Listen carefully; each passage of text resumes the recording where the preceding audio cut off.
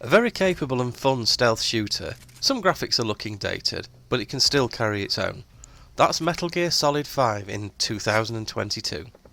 Now this is currently on sale for just under a fiver, but last month I picked this up for under £3, which is a lot of game for your money.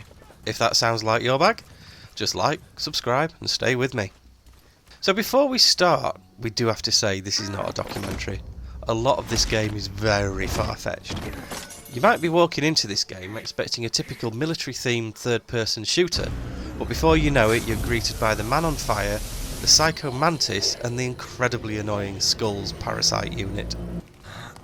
After one of the strangest starts to a video game I've ever worked through, you start the game controlling what is left of Punished Venom Snake, the one-eyed, one-armed, shrapnel-headed big boss of the Diamond Dogs, a private army for hire. Your main tasks are to rebuild your base, rebuild your army, and find and punish those responsible for the destruction of your old base.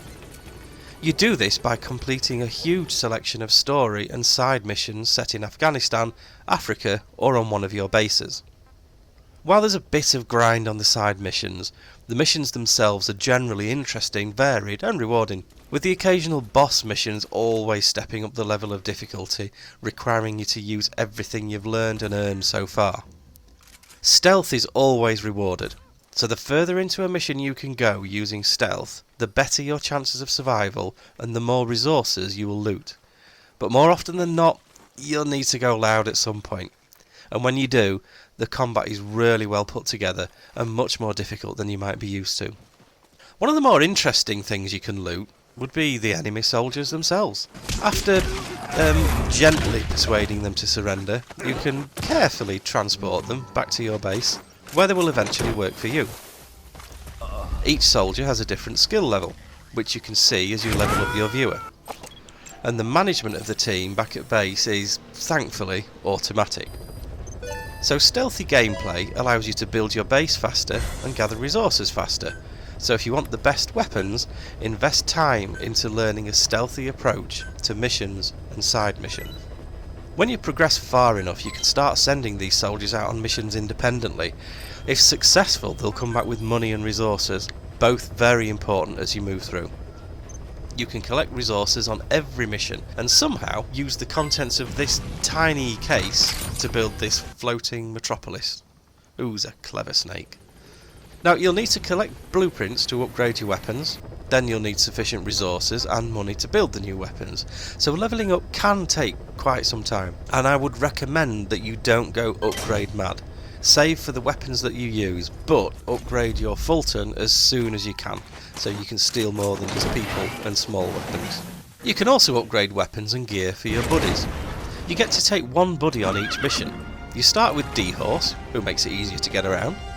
Later on, you get arguably the most useful buddy in the game, that's D-Dog, who will sniff out enemies and resources for you. D-Walker will come next, handy if you're on a mission where you know you're going to need to go loud. And finally, there's Quiet, a deadly accurate sniper who, for reasons the writers worked a little too hard to justify, can only wear a bikini. I mean, seriously guys, 21st century is fun. You should join us here sometime. Quiet will kill anyone and everyone if they so much as look at you wrong. So she's not always good to take on the stealthy missions, at least not until you've leveled her up to the point that you have a non-lethal sniper rifle. But in a loud mission, she's an amazing ally.